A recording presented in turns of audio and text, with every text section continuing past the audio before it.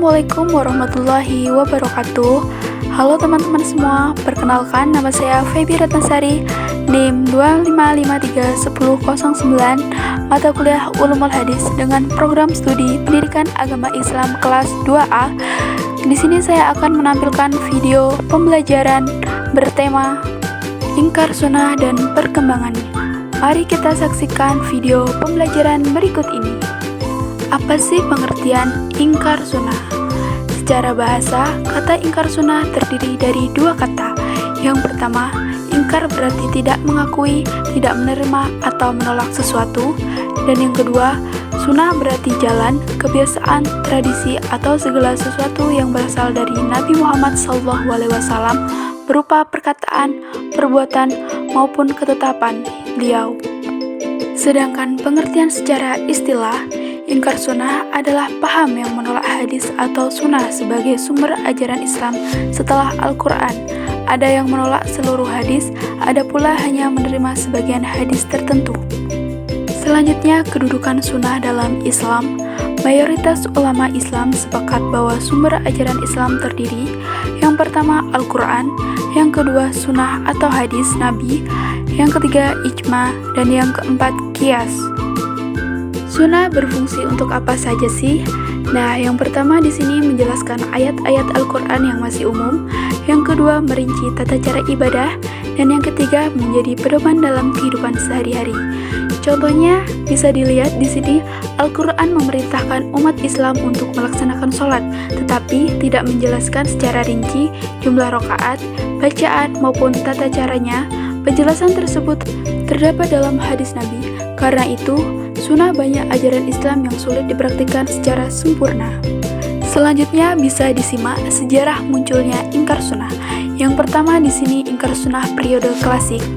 Paham ingkar sunnah sudah muncul sejak masa sahabat, tetapi berkembang lebih jelas pada akhir abad ke-2 Hijriah. Menurut Imam Syafi'i, terdapat beberapa kelompok yang memiliki kecenderungan menolak sunnah, yaitu A. Khawarij, menolak sebagai hadis yang diriwayatkan sahabat tertentu, menganggap sebagian sahabat telah menyimpang setelah terjadinya konflik politik Islam. B. Syiah, hanya menerima hadis dari Ahlul Bait, menolak banyak hadis yang berasal dari sahabat lain. C.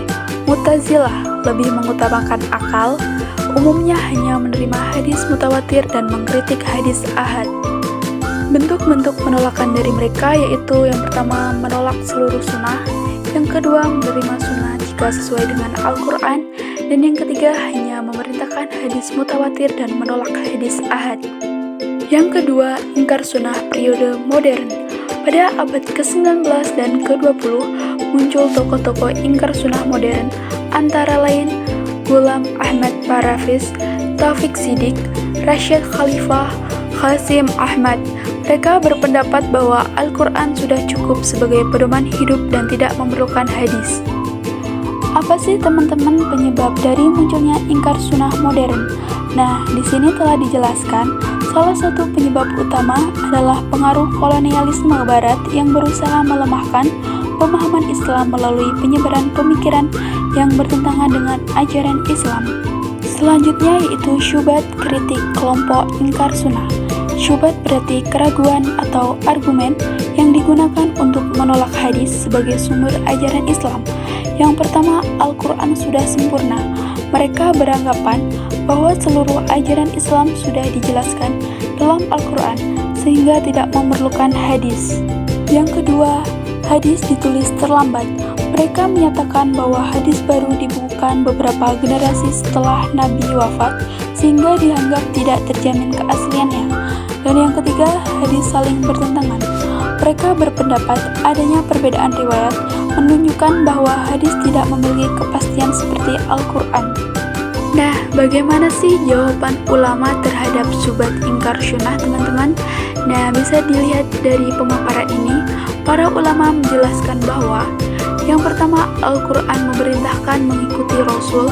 Banyak ayat Al-Quran yang memerintahkan umat Islam untuk menaati Allah Subhanahu wa Ta'ala dan Rasul-Nya. Dan yang kedua, hadis dijaga keasliannya. Ulama hadis mengembangkan ilmu yang sangat ketat untuk meneliti sanad, rantai periwayatan, parawi hadis, isi hadis atau matan. Dan yang ketiga, hadis menjelaskan Al-Quran. Tanpa hadis, umat Islam akan kesulitan memahami tata cara sholat, zakat, puasa, haji, muamalah, dan hukum lainnya. Selanjutnya, bagaimana sih teman-teman kondisi ingkar sunnah di Indonesia? Nah, di sini sudah dijelaskan, paham ingkar sunnah mulai dikenal di Indonesia pada abad ke-20 sebagai pengaruh pemikiran modern dari Timur Tengah. Bentuk penyebarannya berupa kelompok diskusi, kajian tertentu, buku dan artikel, dan media sosial. Nah, di sini teman-teman ada faktor penyebab berkembangnya.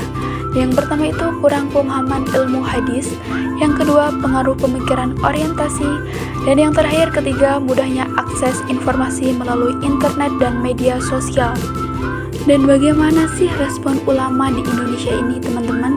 Nah, para ulama dan lembaga Islam melakukan penguatan pendidikan hadis, dakwah, penelitian ilmiah, dan kajian akademik.